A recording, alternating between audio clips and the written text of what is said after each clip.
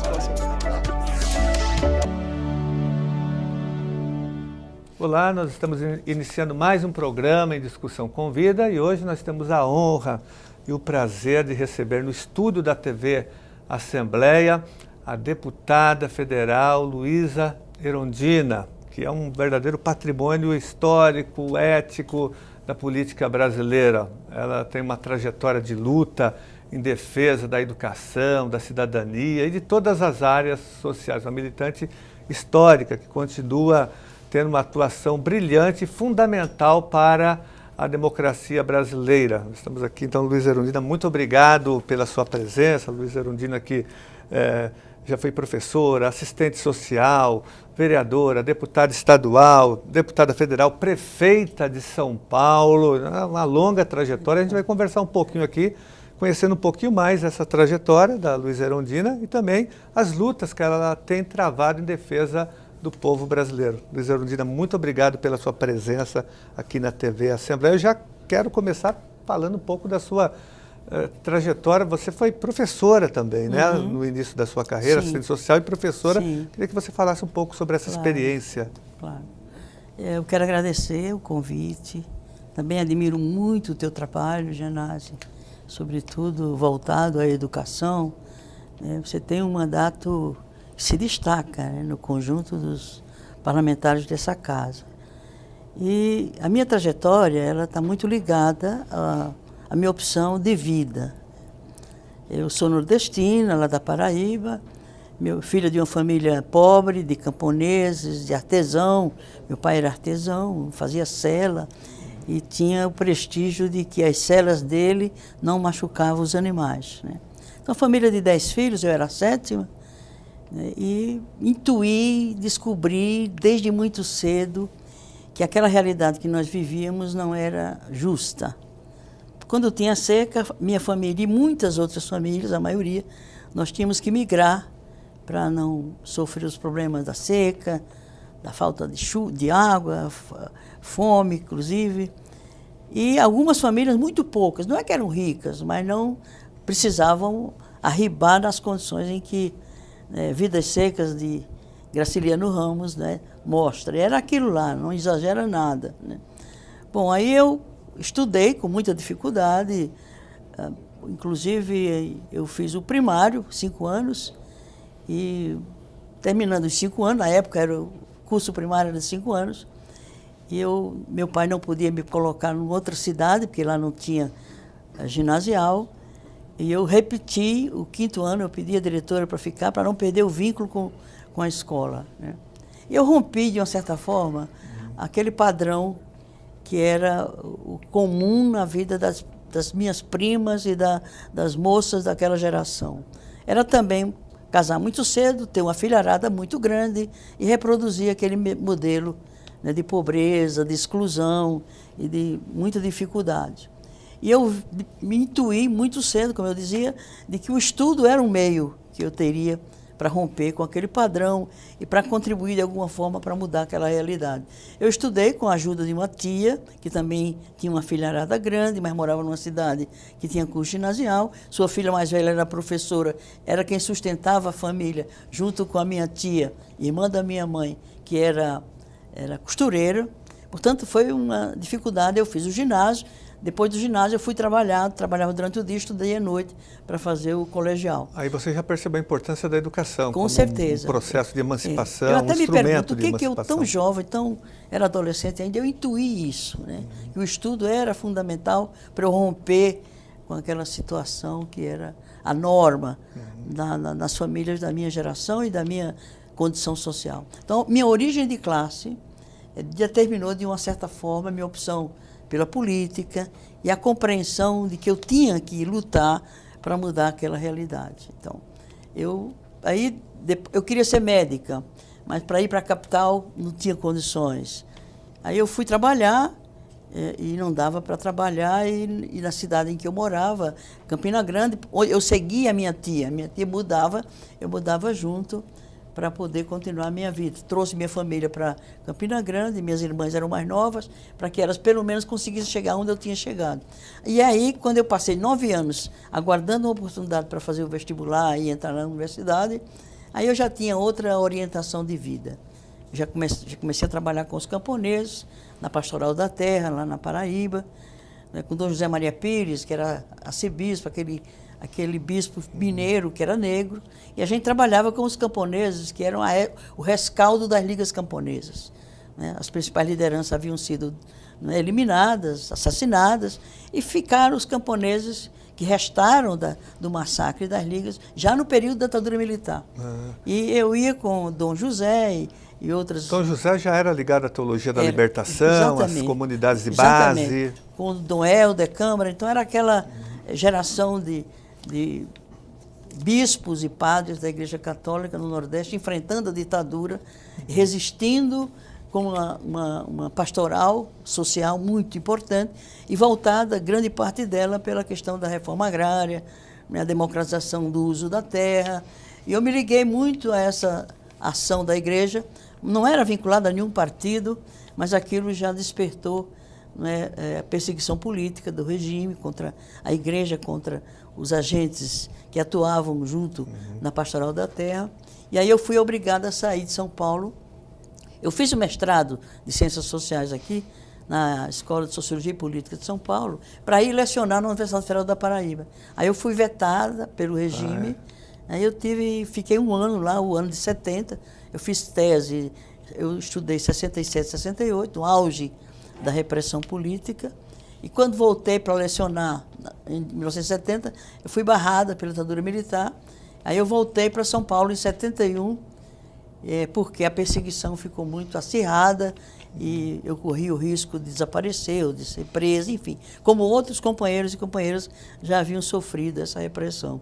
Eu vim para São Paulo, fiz concurso público para assistente social. Da Prefeitura de São Paulo. Aí eu fui bem classificada e já fui admitida em 1971. Aí eu fui trabalhar onde? Nas favelas, nos cortiços, praticamente com a mesma população com quem eu trabalhava lá na Paraíba, no sertão, lá em Sapé, que era o foco das ligas camponesas.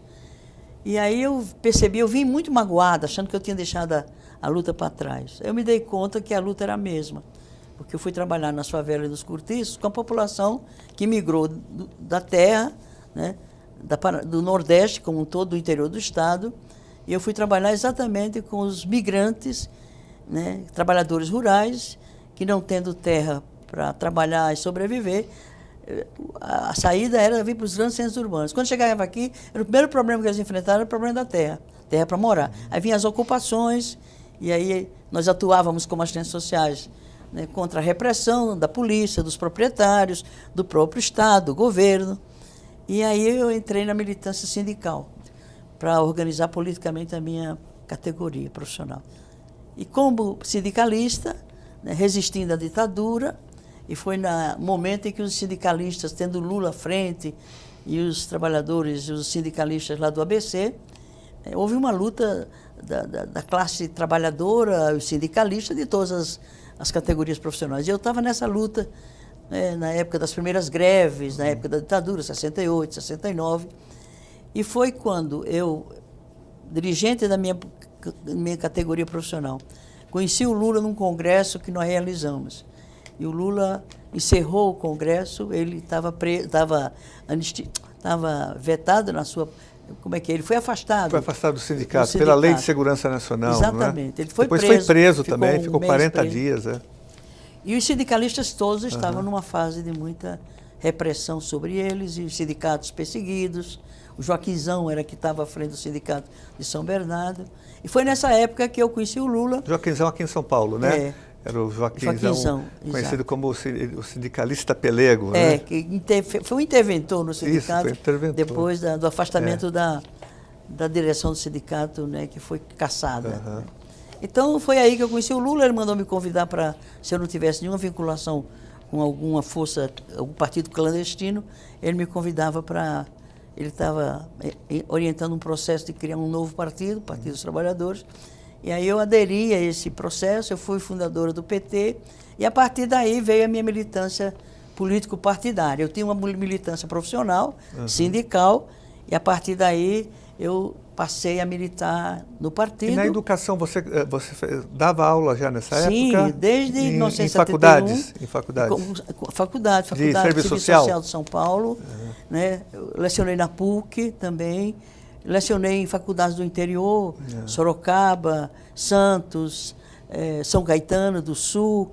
Eu lecionei em muitas faculdades do interior do estado, do litoral, e ao mesmo tempo exercendo minha profissão como assistente social da prefeitura e militando no sindicato da minha categoria, e espalhamos a nossa atuação no país inteiro, organizando politicamente os profissionais de serviço social, que tinham uma incidência muito grande junto à população.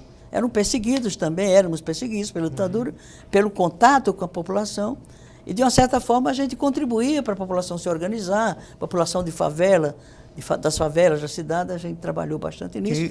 E veio daí a organização da população a partir da luta por moradia, né, da luta contra a repressão aos que ocupavam terra na cidade. Então, um pouco essa é a minha trajetória, e que me levou a exercer certos mandatos pelo Partido dos Trabalhadores. O primeiro foi o de vereadora, né? Em 82, que você foi eleita. Eu me elegi já fruto dessas lutas 83, todas. Né? 4 anos como vereadora, depois deputada estadual, em 85, 86 e 87, 87 e 88.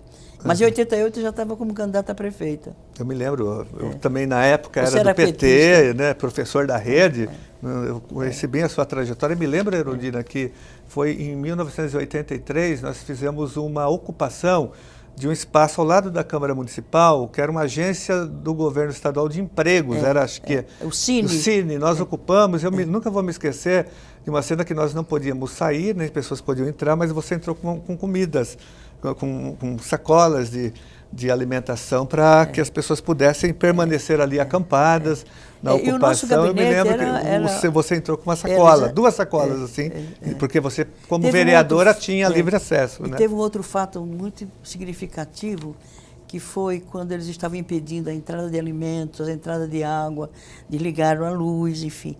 Aí Dom Paulo foi lá, paramentado, né? Ele se postou na porta da entrada, onde entravam as pessoas com alimentos, etc. Eles estavam impedidos de fazer isso. Ele pôs o braço assim na porta da entrada, pôs assim. Aí disse para o policial que estava, bata, pode bater. E mandando o pessoal entrar com as, sabe, com as marmitinhas com comida para os trabalhadores. Eram os desempregados, né? Isso, eram os desempregados que ocuparam. Foi uma crise muito grande de desemprego, uma inflação de 80% na época do Sarney, enfim. Era um momento de muita crise e de efervescência política. Muita mobilização social, muita resistência popular. Foi um momento, uma primavera da política brasileira. O fim da ditadura militar e o processo de redemocratização. Exatamente. Mas você falou do Dom Paulo Evaristo Arnes, eu quero falar de um outro Paulo Freire. Freire. Que você chega à prefeitura, é eleito em 88, e você monta um secretariado de peso, né, com grandes nomes, como Paulo Freire na educação, Marina Chauí na cultura, Paul Singer no planejamento, Dalari, né, Dalari, Eduardo Jorge na saúde, Lúcio Gregório no transporte, Hélio Bicudo nos negócios jurídicos, não foi? Enfim, você... Sandrone nos transportes. Né? Depois o Carlos Neder, que hoje é deputado estadual. Substituiu o... ele foi meu secretário, né, Lembro dele. de saúde, depois de Eduardo Jorge. Enfim, era um ministério. Né? Era um ministério. Mas eu Paulo me lembro, Freire, como que foi como que foi nomear... Eu fiquei assim... muito contente, logicamente, mas como que veio isso, Paulo Freire, que eu era já pedagogo, já lecionava tanto na rede municipal como na rede estadual, nesse ano de 88. E o Paulo Freire já fazia parte da minha formação, era um ídolo, né? Era uma referência. A gente lia os livros dele que chegavam clandestinamente no Brasil, né? Na época da ditadura. Ele estava anistiado, ele estava... exilado. Né? E eu fiquei muito contente em saber que ele seria o nosso secretário municipal de educação. Estava voltando, né? Estava voltando. Como que foi o convite? Você convidou pessoalmente? Ele aceitou de imediato? Eu fui à minha cidadezinha Iraúna, o meu aniversário é em novembro, e antes da posse me deu uma vontade de ir às minhas origens, né? Rever meu povo de novo e reiterar os meus compromissos com aquela região. Enfim, me deu uma vontade de ir lá para beber na fonte, digamos assim, né? Foi uma surpresa a minha vitória, ninguém esperava, nem o Partido dos Trabalhadores acreditava. E eu fui para Uiraúna, fiz um percurso dentro do Estado, porque como eu migrei em todo o Estado, por estudar, por trabalhar, eu migrei para várias cidades dentro do meu próprio Estado. Então eu visitei todos aqueles lugares, né? João Pessoa, Campina Grande, Patos, cheguei a Sousa, cheguei a Uiraúna, que foi o percurso que eu fiz dentro, quando eu era adolescente, na procura de estudo, de trabalho, enfim.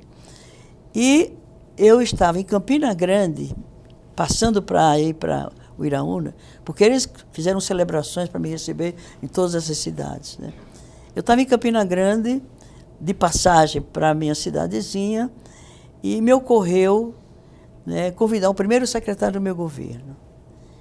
E esse primeiro secretário seria Paulo Freire. E assim, foi uma coisa que veio na minha cabeça. Não pensei antes, até porque o PT queria influir nas escolhas todas. Aí eu liguei de Campina Grande para a Anitta, que é a esposa dele, a segunda esposa dele. Ela disse, ele está dando aula em Campinas, na Unicamp. Eu liguei para a Unicamp, ele de fato estava dando aula, mas ele veio me atender. Aí eu fiz o convite, mas sem nenhuma expectativa que ele fosse aceitar. Porque já havia dito que a primeira experiência dele foi no Plano Nacional da Educação, no governo Goulart, e foi por isso que ele foi, além do trabalho dele, né, com o método de educação de adultos, que alfabetizava os camponeses em 40 horas, enfim. E ele sofreu, ele foi para o exílio por conta do trabalho dele, né, o método que ele havia criado de educação de jovens e adultos. E ele tinha dito que nunca mais aceitaria trabalhar no governo, em órgão de governo, né? E eu não tinha expectativa que ele aceitasse. Eu liguei para ele, ele me atendeu, aí eu fiz o convite. Ele disse, olha, se eu não aceitasse, eu estaria sendo contraditório com tudo aquilo que eu fiz na minha vida, que eu propus na minha vida, que eu defendo na minha vida. Eu não posso deixar de ajudar um governo de esquerda, né, na cidade de São Paulo. Ele aceitou naquele momento. E outro dia eu tive com uma pessoa que o assessorava naquela época. Era uma espécie de monitor dele, né? E ele me contou que ele saiu do telefonema, chegou lá meio atordoado, aí o rapaz notou que outro dia, num evento que nós fizemos aqui, aí ele disse, professor, o que você tem, que você está esquisito? Ele disse, olha, eu recebi um convite, aceitei, mas eu estou em dúvida se foi certo. Aí contou para ele disse, é muito certo. Enfim. E aí o PT ficou muito insatisfeito, a direção, porque a direção queria ela mesma escolher os secretários. Eu digo, não, o primeiro escalão do governo tem que passar por mim, porque senão eu tenho que ter uma certa autonomia na minha equipe. Então a minha equipe toda foi uma decisão, todos do PT, e os melhores quadros que o PT tinha.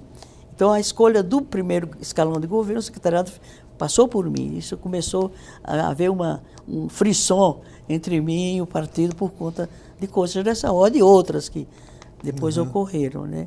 Então foi o primeiro secretário e a partir daí nós fomos compondo a equipe, que foi aquela equipe extraordinária. Com a Lisete Arelaro, Mário Sérgio Cortella, Gadotti. Que vieram depois para o Paulo Freire. E Paulo Freire, depois de 2 anos e meio, ele vivia insistindo que já tinha feito o que era para fazer, já tinha formado uma equipe, que ele queria ir para casa para escrever sobre a experiência. E aí, no seu governo, foi o momento em que nós mais avançamos na educação municipal com um novo plano de carreira. Exatamente. Né, com uma jornada de trabalho mais adequada. Exatamente. Nós avançamos muito, mas, sobretudo, eu nunca vou me esquecer da luta que foi aprovar na Câmara Municipal, da luta do seu governo.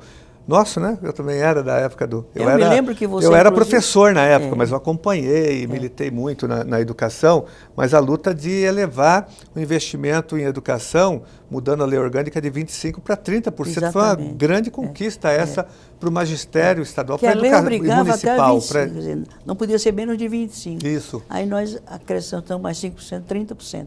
E foi uma conquista extraordinária que deu para recuperar, né, a infraestrutura da educação, que estava completamente deteriorada, não tinha os estoques estavam lembrando que nós tínhamos saído de uma gestão difícil do Jânio Quadros, que arruinou Quadros, a rede, perseguiu professores, exonerou professores que fizeram greve na gestão passada, e você anistiou todos eles. Depois você fez justiça, me lembro muito bem disso. E, Genásio, eu lembro que você, vereador do governo da Marta, foi o momento em que o governo municipal alterou essa decisão, alterou inclusive na lei orgânica. Exatamente. Os 30%. Você se insurgiu contra isso. Eu era vereador, daí eu fui depois, no ano 2000, eleito vereador pelo PT, era do PT na época, né? E aí a Marta Suplicy, estranhamente, logo no primeiro ano de mandato, encaminhou um projeto na Câmara, retrocedendo, reduzindo o orçamento da educação de 30% para 25%. Logicamente que eu votei contra, mesmo a orientação do PT era para votar a favor, da bancada inteira, eram 16 vereadores, eu votei contra em memória de tudo, da sua gestão, de Paulo Freire, de toda a luta que foi. Porque a Marta incluía na despesa, para poder completar, né, uniforme, merenda escolar. O projeto Renda Mínima, né? Exato. Itens da assistência que não são permitidos por lei. Não pode incluir no custo da educação. Aí eu votei contra e fui expulso. Inclusive você me ligou, me apoiou bastante, né? Foi muito importante. Foi uma perda, né? Foi uma perda, porque depois também os outros governos... Maluf, nós passamos pelo Maluf e ele não mexeu. Exatamente. Era uma e eu tinha, ironicamente, Erundina, naquele ano eu fui o presidente da CPI da Educação, né, logo no começo do governo Marta Suplicy, e eu pedi a cassação dos direitos políticos do Pita, do Maluf, de 6 secretários, de Pita e Maluf. Aí, depois do nada, ela manda aquele projeto. Então, logicamente que nós votamos contra... Né? Mas voltando ao Paulo Freire, né, você prestou um papel importante nomeando Paulo Freire, sem dúvida nenhuma. Eu acho que a educação municipal não seria o que é hoje sem o seu governo, sem Paulo Freire. Né? Mas você depois resgatou agora, recentemente, Paulo Freire de novo, aprovando uma lei na Câmara dos Deputados, né, instituindo Paulo Freire como patrono da educação brasileira. Isso foi logo que ele faleceu. Isso. Eu já era deputada federal, aí eu... Apresentou o projeto. Apresentei um projeto do Paulo Freire, patrono da educação brasileira. Sofreu resistência, porque tinha outros nomes em disputa, mas terminou conseguindo ser aprovado na Câmara e no Senado. E ele se tornou, de fato, patrono por lei, o patrono da educação brasileira. Quando foi agora, né, com esse retrocesso político ideológico no país, a direita, o MBL e companhia, entraram com uma sugestão de lei no Senado, né, revogando o título de Paulo Freire.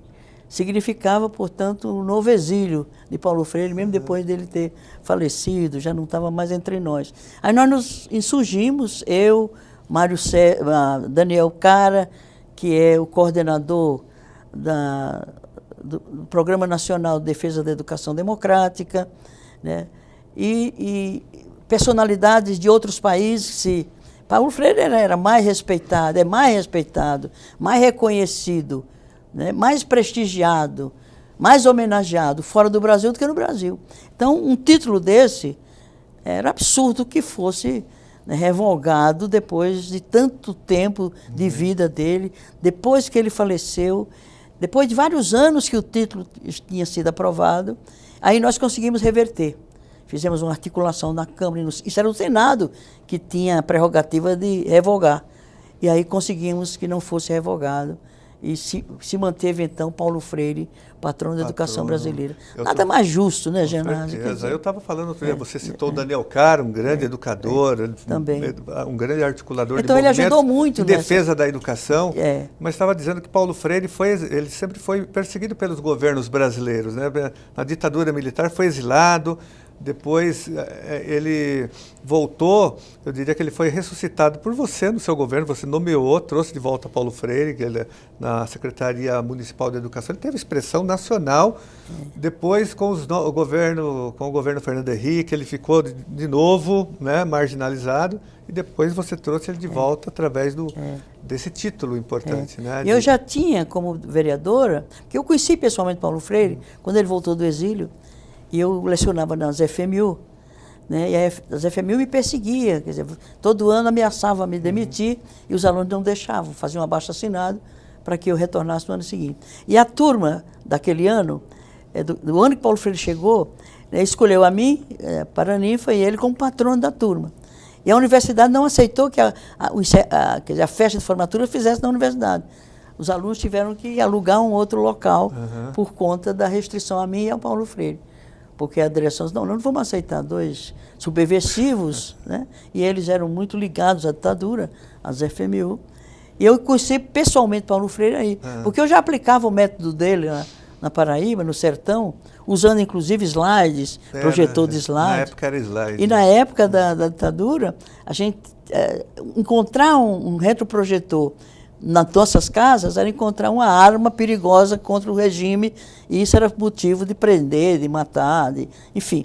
E a gente, o que fez? Nós jovens que usávamos o retroprojetor, a gente enterrou, lá pela Paraíba deve ter ainda alguns retroprojetores enterrados lá para poder livrar de ser encontrado nas nossas casas esse retroprojetor, a gente aplicando o método dele. Mas aí eu só vim encontrar pessoalmente nessa festa de formatura, num discurso que nos surpreendeu, porque a gente esperava um discurso queixoso, né, crítico, denunciando o sofrimento dele como exilado. Muito pelo contrário, ele falou da alegria de estar voltando para o Brasil, comer as comidas nordestinas, quer dizer, um discurso amoroso, como era Paulo Freire.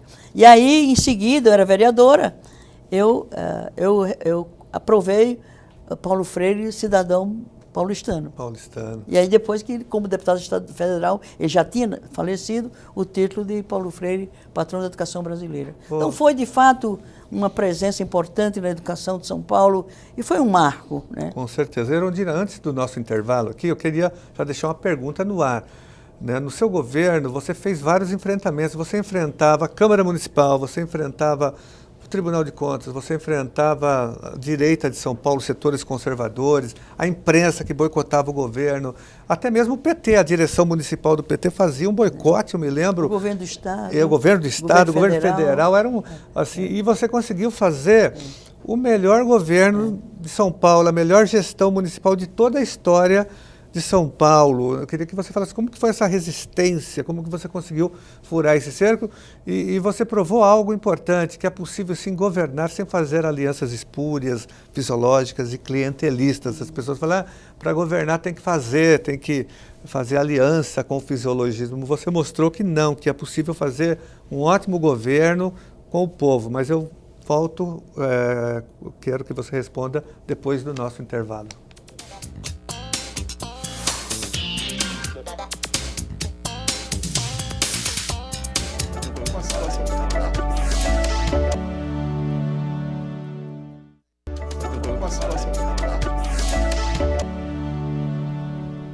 Voltamos com o programa Em Discussão com Vida. Estamos hoje recebendo a deputada federal Luísa Erundina. Luísa Erundina, então deixei uma pergunta no ar. Como que você enfrentou tantas adversidades no governo municipal aqui de São Paulo, enfrentando a mídia conservadora, a Câmara Municipal conservadora, Tribunal de Contas e a imprensa conservadora, enfim, as forças conservadoras de São Paulo, a Fiesp, todo mundo contra o governo municipal. E até mesmo, eu me lembro que o diretório municipal do PT fazia uma oposição ferrenha, né? E você furou o cerco e fez a melhor gestão da história de São Paulo. Olha, Janazzi, e os telespectadores devem lembrar que foi a primeira vez que um partido político fez uma prévia para escolher seu candidato. Houve uma prévia no partido, o concorrente meu era Plínio Arruda Sampaio, uma excelente figura, também de muito valor, foi perseguido pela ditadura, enfim. Mas eu ganhei, com a base mais à esquerda do partido, a prévia. E isso causou muito mal-estar à direção, e aos capa preta, como a gente chamava. Né? Porque eu saí candidata sem que a direção quisesse, porque achava e fazia uma avaliação objetiva, realista, que o Plínio Arruda Sampaio teria mais chance do que eu, né? Diante da elite paulistana, né? Porque ele tinha uma família tradicional, era um procurador público, enfim, era um homem que tinha uma história, tinha uma origem muito diferente da minha. Homem, eu nordestina, mulher do PT, vereadora, muito ligada às lutas de moradia, das favelas, dos cortiços, etc. Portanto, era motivo de preconceito, inclusive, por parte da sociedade, né? Bom, aí a campanha foi uma campanha muito bonita, muito alegre, muita cultura, com muita a juventude do partido, que tinha muito jovem na época, né, se envolveu, pegou a campanha, levou em frente, apesar da resistência da direção do partido, né. Bom, aí deu uma zebra, eu ganhei. Inclusive era um turno só, porque inclusive se fosse 2 turnos, eles teriam impedido. Eu, nas vésperas da eleição, eu estava em 3º lugar, com 18%, e o Maluf já estava formando o seu secretariado, já se preparando para ir descansar em Paris. E, surpreendentemente, virou o jogo no dia da eleição. Aí, por 500 mil votos, 500 mil e alguma coisa, eu me elegi. E aí foi uma surpresa no país inteiro, foi uma lavagem de alma dos que estiveram sempre à margem da vida política, da sociedade, né, do acesso às riquezas que todos produzem e poucos é que usufruem dessa riqueza. E aí foi uma oportunidade de fazer um governo, a maior cidade do país, terceira maior cidade do mundo, né, que revertesse isso, né? E foi o que aconteceu. Nós estabelecemos 2 eixos, né, programáticos da nossa gestão, que era um governo com inversão de prioridades, investindo grande parte do orçamento no social, para atender a maioria da população e diminuir aquele fosso que havia entre os segmentos populares e uma elite muito rica em São Paulo, e um governo radicalmente democrático, com mecanismo de democracia direta, democracia participativa e muita democracia interna no próprio governo.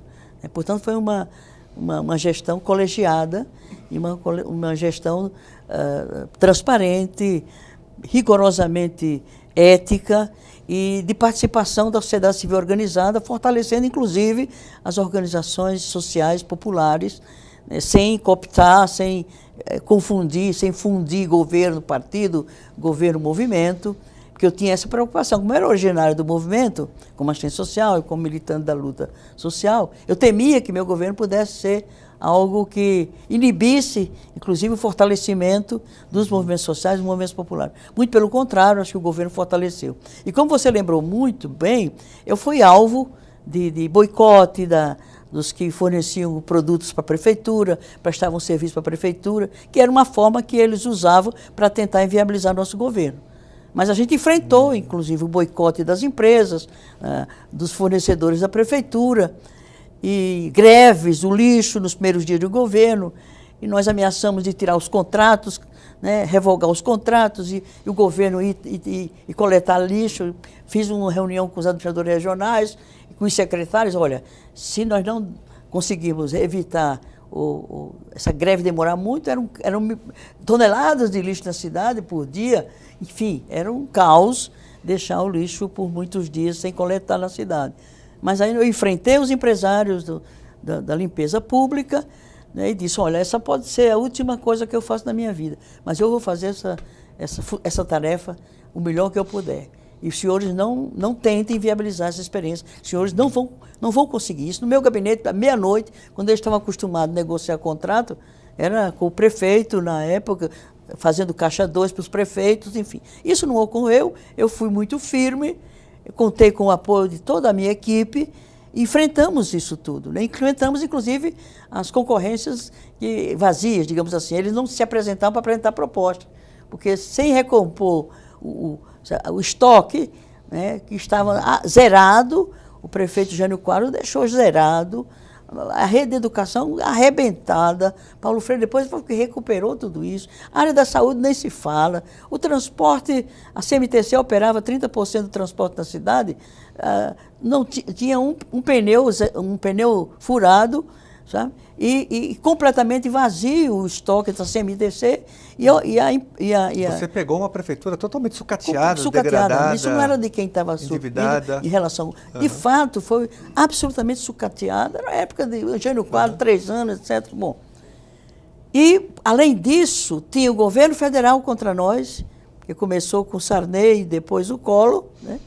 O governo estadual contra nós, que foi o Quércia, depois o Fleury.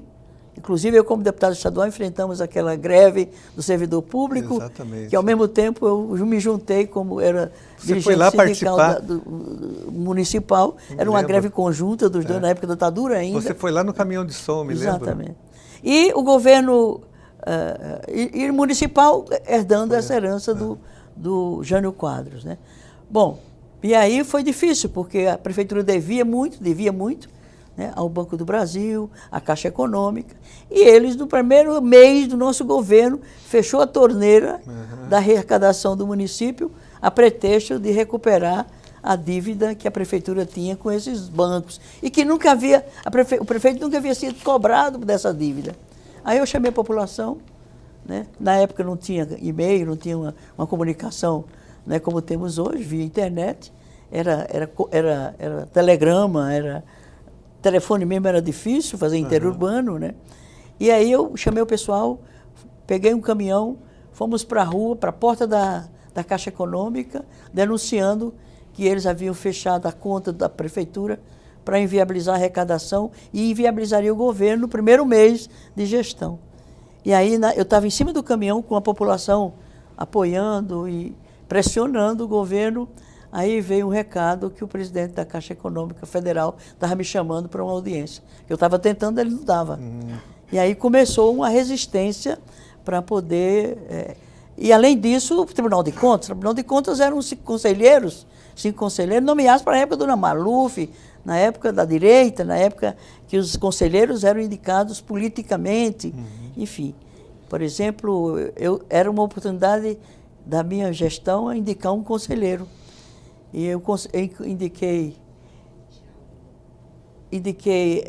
uma companheira do PSDB, deixa eu ver se eu lembro dela, o nome dela.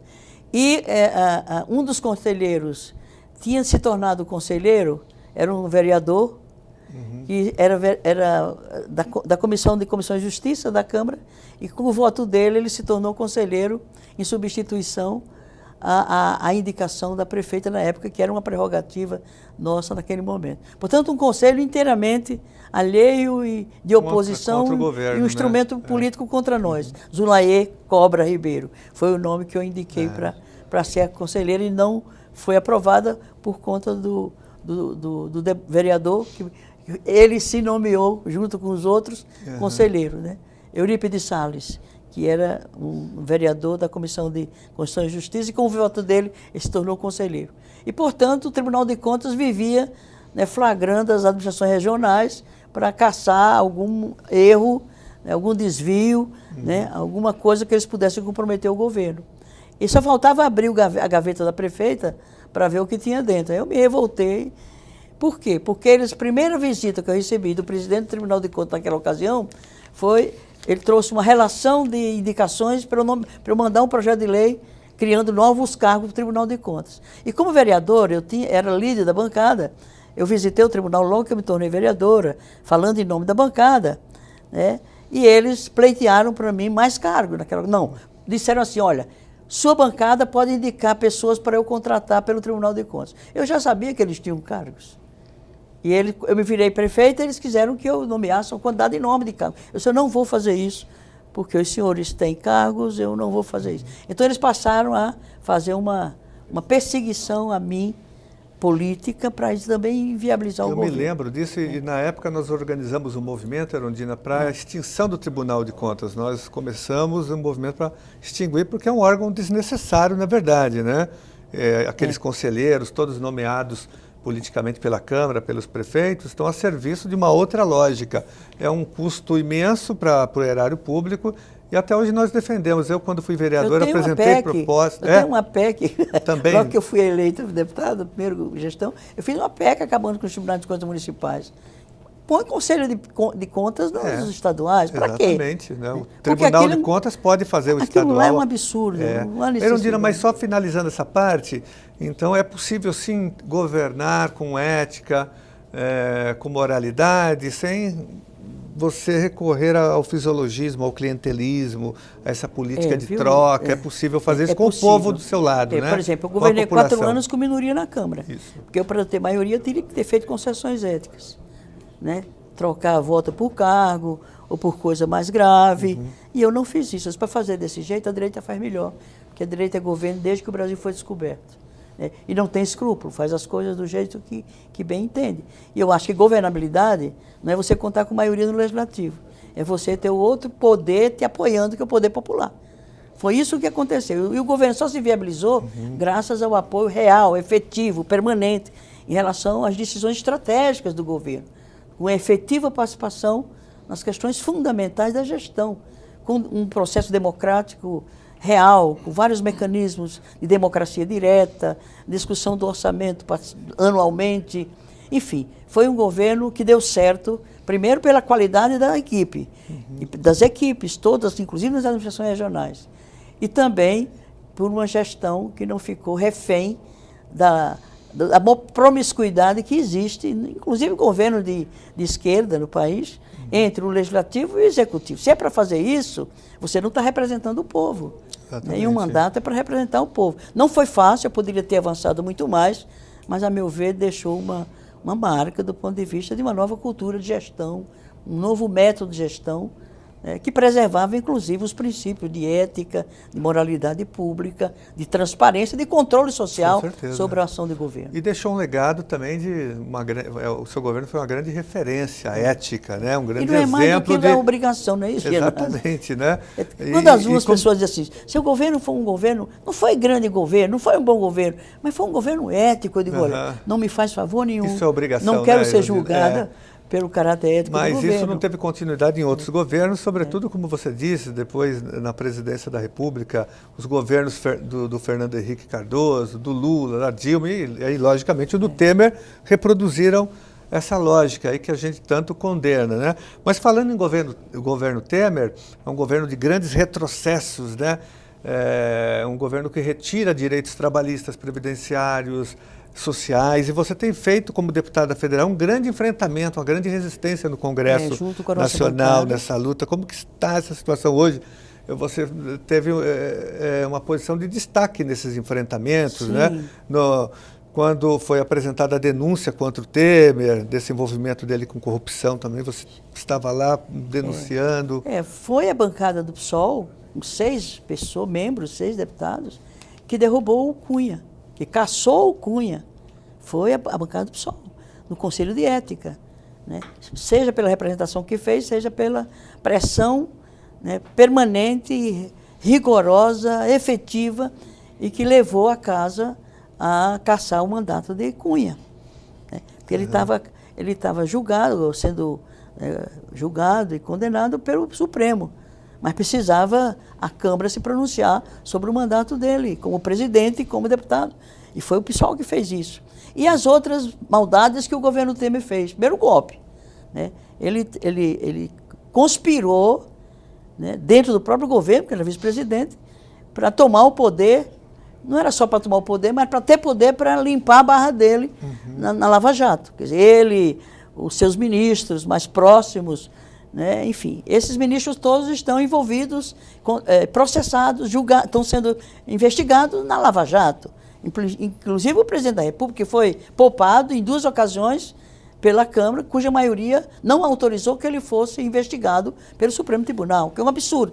Ele tem uma terceira condenação, processo de denúncia agora muito grave, e lamentavelmente não foi ainda para a Câmara, para que a Câmara pudesse pronunciar a respeito.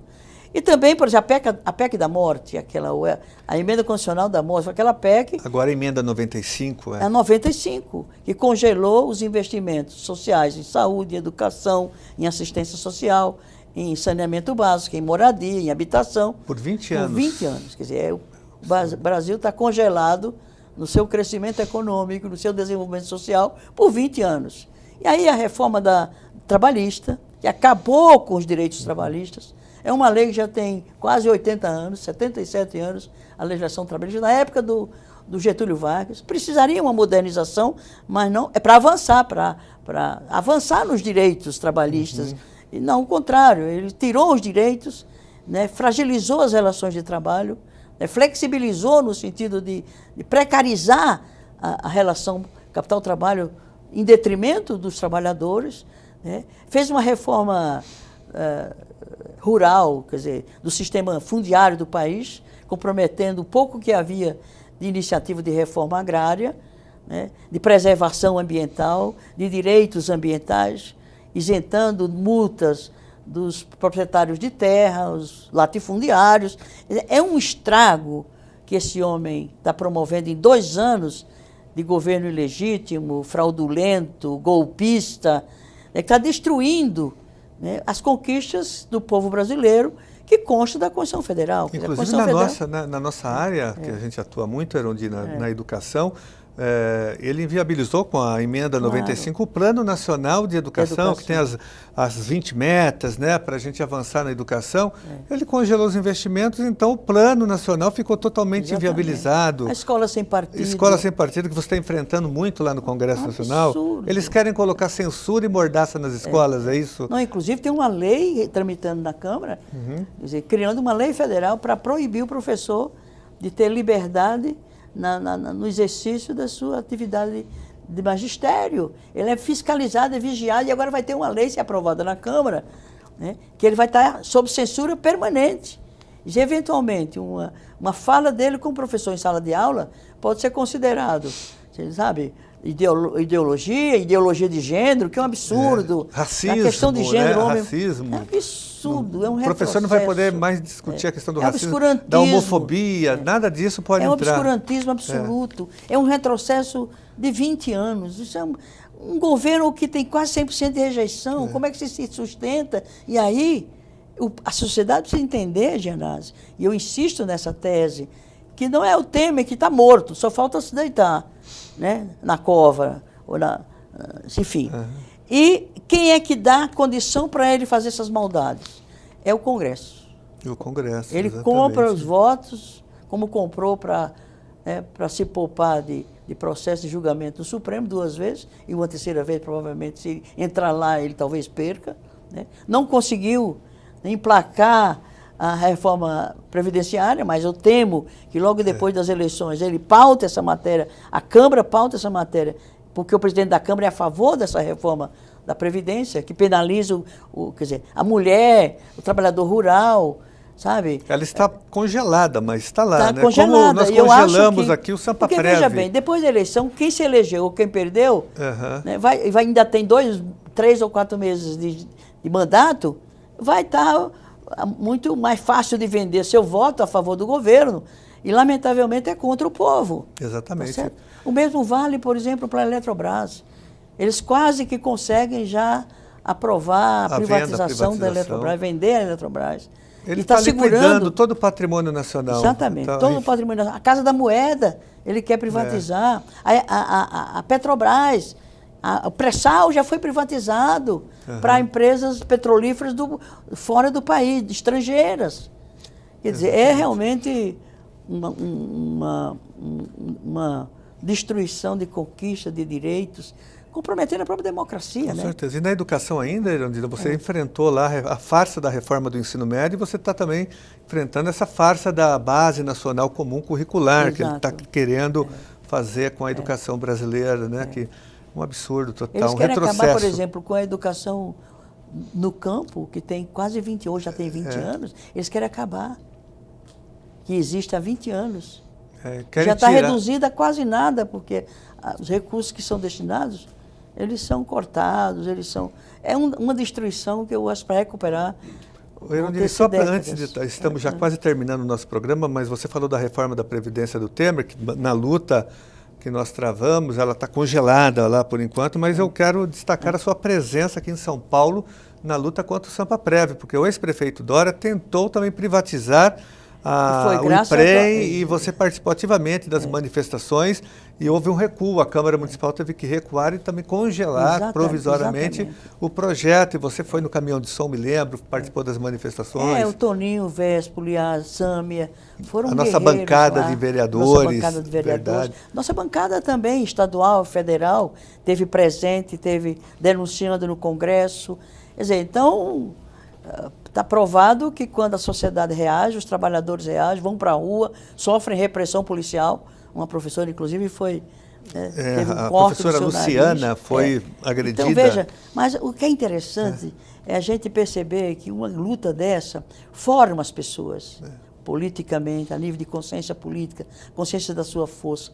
Então, hoje, o professorado municipal está muito mais, sabe, guerreiro, mais determinado a ser, eventualmente, o prefeito retornar com essa proposta, eles vão aumentar a força, a pressão, e é muito pouco tempo para o governo impor medidas que impeçam por exemplo, que paralise a Câmara. A Câmara ficou paralisada, a Câmara Municipal. 100 mil pessoas na frente da Câmara Municipal, né? Foi demais, foi um movimento bonito e vitorioso. Foi o Tribunal de Contas quis caçar meu mandato, lembra? Foi. Aí a população ocupou 4 dias, num período de muita chuva e frio, ocupou 4 dias a porta da Câmara, né? E também as personalidades nacionais, gente de fora, os dirigentes sindicais me apoiaram, senão eu tinha sido caçada no primeiro ano do nosso governo. Enfim, quando o povo vai às ruas, a situação muda completamente, né? Erundina, estamos praticamente terminando o nosso programa. Eu queria só que você comentasse em um minuto a seguinte frase: os sonhos não envelhecem.